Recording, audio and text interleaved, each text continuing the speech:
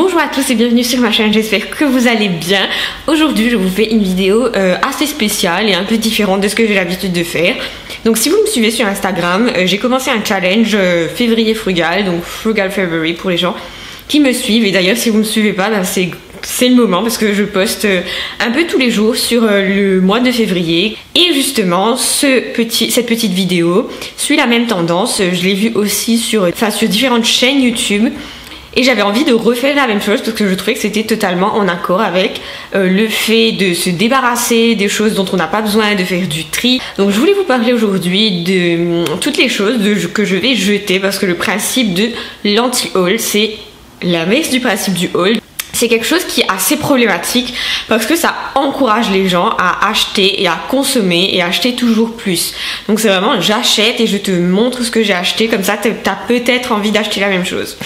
Le principe de l'anti-haul, c'est au contraire je te montre ce que je jette et peut-être que ça peut vous inspirer à faire la même chose chez vous et à comprendre les raisons pour lesquelles je jette certaines choses, voilà. Donc pour info, je ne jette pas vraiment. La plupart des choses que je vais vous montrer, ce sont des choses que je mets en vente. Donc la première catégorie de choses dont je vais me débarrasser, ce sont les vêtements.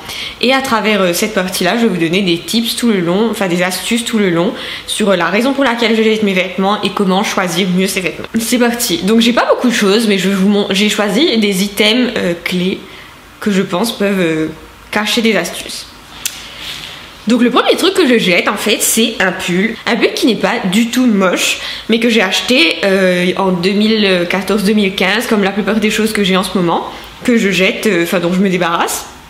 Parce que c'était une année où j'avais pas encore commencé cette démarche de faire le tri, de choisir des choses que j'aime.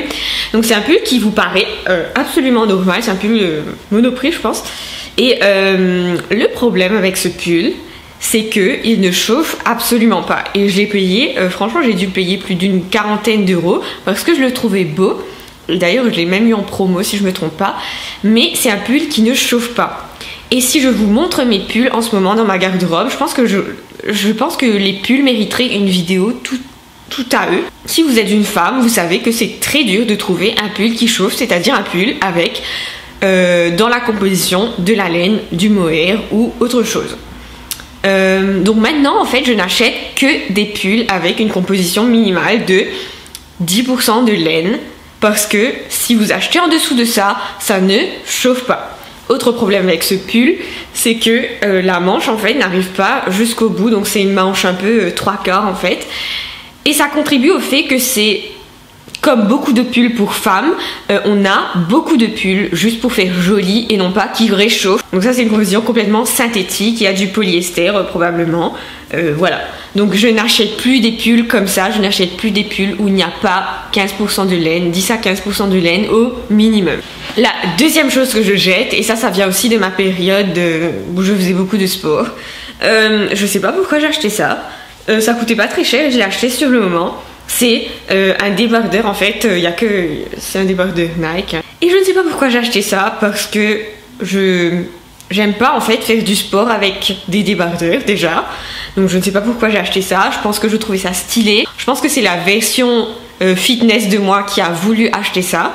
Je me sens vraiment à moitié nue quand je mets ça. Je sais qu'il y a des gens qui sont à l'aise, mais moi j'aime pas trop montrer... je sais pas, je suis pas trop à l'aise avec ça et je ne sais pas pourquoi j'ai acheté ça. Donc ça, je vais le revendre clairement, c'est un truc qui est quasi neuf. Dans le même genre des trucs qui te mettent à moitié à poil, j'ai ce haut.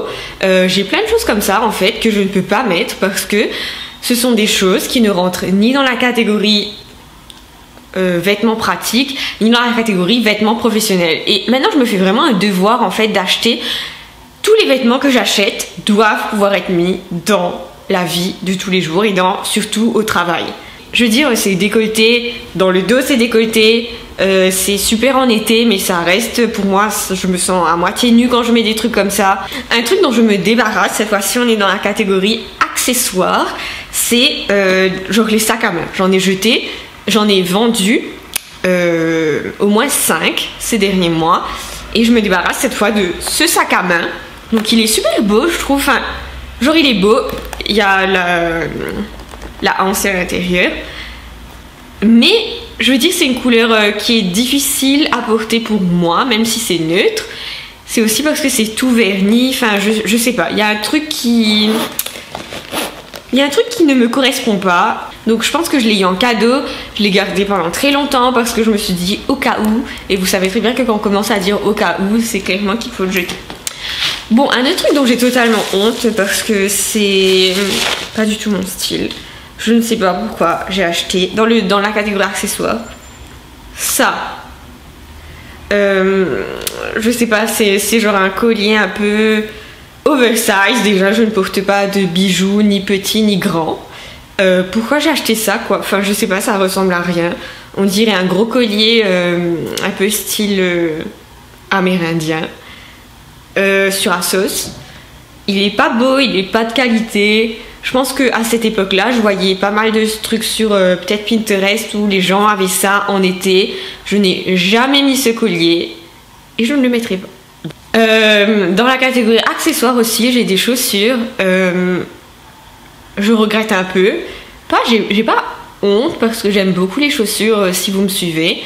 Je pense que en fait, c'est la version de moi à laquelle j'aspirais qui était dans ma tête à ce moment-là. Donc en fait, souvent ce qui arrive, c'est que on a envie d'être quelque chose, genre on a envie d'avoir un style, on a envie d'avoir une vie pour avoir ce style-là, et on laisse. Sauf qu'on n'a pas cette vie-là, et on n'a pas ce style-là dans la vie de tous les jours. Par contre, c'est la personne qu'on a envie d'être qui achète ces produits. Je sais pas si vous m'avez déjà vu, mais pourquoi j'ai acheté ça? Genre elles sont super confortables, ce sont des bottines déjà recouvertes de poussière. Elles sont bleues, électriques, vifs, en velours, donc il pleut 9 jours sur 10 ici. Pourquoi j'ai mis ça? Enfin, elles sont super confortables, hein, cool, mais c'est clairement un truc qui est à la mode, qui était à la mode, parce que c'est plus trop à la mode non plus. Elles sont de pas mal qualité finalement, même si je les ai achetées chez Asos. Mais clairement, quoi, je les ai mises peut-être 5 fois max. Après, l'autre chaussure, j'ai un peu... ouais, je regrette un peu, quoi. Je comprends pas pourquoi j'ai acheté ça. Je les aime beaucoup, j'aime bien le style et j'aime bien le fait que ce soit des bottines basses, un peu à la mode. Et la couleur, j'ai acheté pour la couleur, je pense. Mais elles sont elles sont vraiment de mauvaise qualité, elles sont toutes rayées là. Je pense que des bottines comme ça, on les met surtout en hiver. Je me vois mal mettre un truc comme ça en été. Sauf que je comprends pas en fait pourquoi là il y a une grosse ouverture. Et le problème avec ça, c'est que en hiver, quand t'as froid, ben, quand tu mets ton collant ou tes chaussettes, et ben on voit la bordure de tes chaussettes. Donc je sais pas, il y a un problème avec le design, je sais pas pourquoi ils ont conçu des chaussures comme ça. Je pense que clairement si c'était fermé, je les aurais pas. Je pense que je les aurais gardées. Mais là, franchement, elles sont jolies. Je pense que ça va avec beaucoup de choses, mais c'est tellement pas pratique et c'est pas du tout confortable. Ce sont des bottines Asos. Je suis désolée, mais c'est pas du tout confortable. On va finir en fait cette vidéo anti-haul avec du maquillage ou des cosmétiques, bref. J'avais l'habitude en fait d'acheter des cosmétiques dans des trucs un peu cheap. Je dis j'avais parce que c'était il y a longtemps. Et j'avais envie en fait de construire un peu cette palette d'abondance de couleurs et de produits de beauté en tout genre, etc. Et je pense que clairement ça vient de l'influence des vidéos maquillage où pour faire un style, tu as besoin d'environ 25 produits différents. Et je ne rigole même pas quand je vous dis qu'il faut 25 produits différents. Vous savez si vous regardez ces vidéos-là. Et aujourd'hui, je ne vis plus du tout comme ça. Et j'encourage les gens à faire pareil en fait, parce que je pense que dans la vie de tous les jours, on n'a pas besoin de se maquiller à fond, d'avoir 4 palettes différentes pour se maquiller alors qu'il y a une seule gamme de couleurs qui nous va. Si vous regardez bien ce qu'on vous vend, vous allez voir que toutes les palettes de maquillage contiennent à peu près 50% des couleurs qu'on ne met pas. Et c'est bien ça le problème en fait, c'est qu'on nous vend des choses qu'on ne peut pas mettre et des choses qu'on ne mettra jamais parce qu'on n'a pas le style de vie pour mettre des paillettes ou des couleurs bleu, jaune, vert, machin comme un arc-en-ciel. Et c'est vraiment problématique. Donc aujourd'hui, j'ai choisi en fait d'avoir une seule palette de maquillage pour mes yeux. Parce que clairement, il n'y a pas 10 000 couleurs qui me vont. Un seul eyeliner, j'ai aussi un seul blush. Parce que il n'y a pas 10 000 couleurs de blush qui me vont et clairement je veux juste une fonction de blush, je n'ai pas besoin d'un blush corail pour un jour, d'un blush rose pour l'autre jour, je veux dire, voilà. Après là où je comprends, il y a des trucs, enfin il y a peut-être un ou deux maquillages où vous aimez bien voir l'abondance, je sais qu'il y a plein de gens qui aiment bien se maquiller les yeux, les paupières, etc. et qui du coup utilisent le maquillage qu'ils ont. Moi mon petit truc c'est vraiment le rouge à lèvres où j'en ai plus d'un, j'en ai à peu près... peut-être 5-6, mais ça s'arrête là. Donc, dans le truc que je jette, ou je vends, ou je donne, une palette de maquillage marron que je n'utilise pas parce que marron sur marron, ça fonctionne pas. Et ce sont des couleurs hyper basiques, donc je n'utilise pas. Et dans la gamme maquillage cheap, j'ai ça, une palette de contouring qui n'a pas du tout d'utilité dans ma vie parce que je ne fais pas de contouring pour aller. Et j'ai aussi plein de trucs comme ça, de produits que j'ai acheté par exemple chez Action, genre du shampoing, de l'après-shampoing qui sont parfois de mauvaise qualité et maintenant j'utilise des shampoings qui sont plutôt bio, plutôt respectueux des cheveux, etc. Des choses sans silicone et tout ça qu'il y a en fait dans tous ces produits là. Pareil, j'ai genre un seul shampoing et un seul après-shampoing, je ne vois pas la nécessité d'en avoir 3 ou 4. J'ai un soin pour les cheveux colorés mais ça s'arrête là. Donc tout ça pour vous dire en fait que voilà les choses à peu près dont je me suis débarrassée. Je vous ai pas tout montré parce que sinon c'est inutile et ça va jamais finir.